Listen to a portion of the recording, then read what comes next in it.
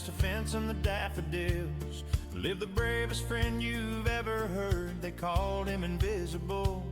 You can't see him in the sunshine, you can't see him in the rain, but when you're feeling small inside, he's standing right beside your name. Invisible. When you're scared at night, he's right there, holding you tight. Big, strong heart, gentle as can be, helps you be the you you're meant to be. Turn the page, watch your worries fall. You're never too little, never too small. With a friend this true, you can face it all. Invisible.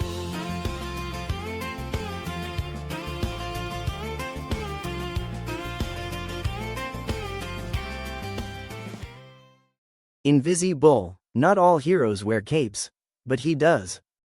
Bruno was a young bull who lived in a big meadow full of animals.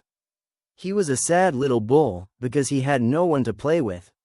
The rabbits and sheep ran away when he trotted near. Even the birds flew off, chirping, "Too big, too scary." Bruno looked at himself in the pond. Two small horns and a gentle face. "I'm not scary," he sighed. "I just want to play." That evening, Bruno heard music coming from the town. "The circus has animals," he gasped. "Maybe they'll play with me." The next morning Bruno galloped towards the town. "Friends," he shouted, "I'm going to make friends." But Bruno reached the town too late. The circus was over. He watched sadly as they went off down the dusty road. After the circus had gone, Bruno found something on the ground. A bright red cloak, and it was sparkling in the sunshine. Bruno sniffed the cloak. It smelled of magic and stardust. Carefully, he picked it up in his mouth and trotted back home. The next morning, Bruno hung the cloak over a low tree branch. "I'll play matador," he said, "even if I have to play alone." Bruno backed up, pawed the ground, and charged. He ran right under the flowing red cloak and whoosh! A little squirrel, sitting on the branch, rubbed his eyes. "Excuse me," said the squirrel, "but did you just disappear?" Bruno turned and looked at the little squirrel, who had jumped down from the branch. "What do you mean?" he asked. "It's a magic cloak, and now you're Invisi-Bull," laughed the squirrel. Bruno ran under the cloak again and whoosh, he was back. The next day, Bruno heard a noise coming from the farm. Mrs. Hen clucked loudly. A fox is in the barn."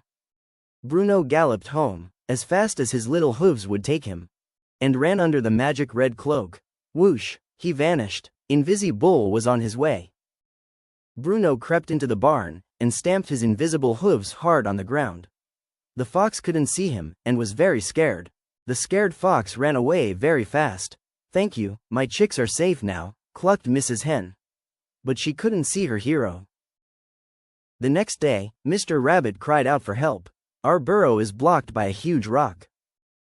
Bruno ran home to get his cloak. The Invisi-Bull pushed with all his might, and the rock rolled away.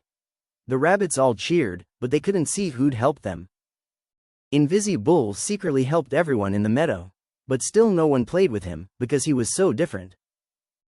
One day, the animals found a broken fence at the edge of the meadow.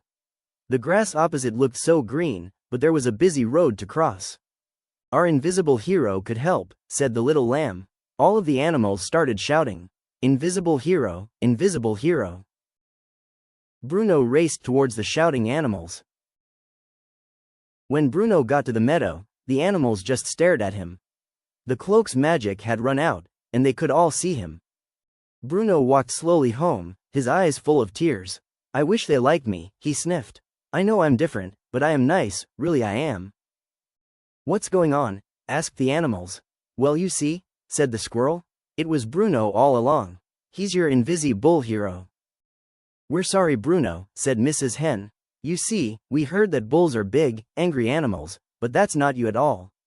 "Excuse me, but what about the road?" asked the sheep. Bruno took a deep breath and said, "I can help, if you want me to." Bruno stood in the road.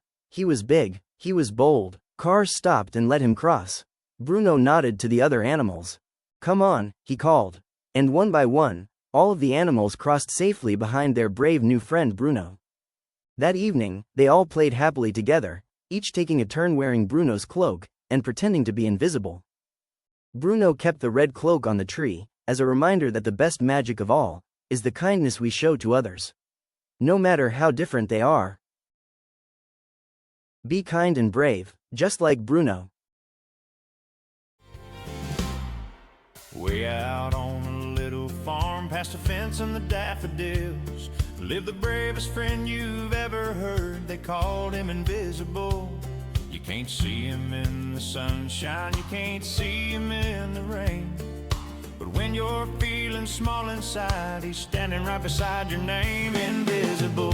When you're scared at night, he's right there, holding you tight. Big, strong heart, gentle as can be, helps you be the you you're meant to be. Turn the page, watch your worries fall. You're never too little, never too small. With a friend this true, you can face it all.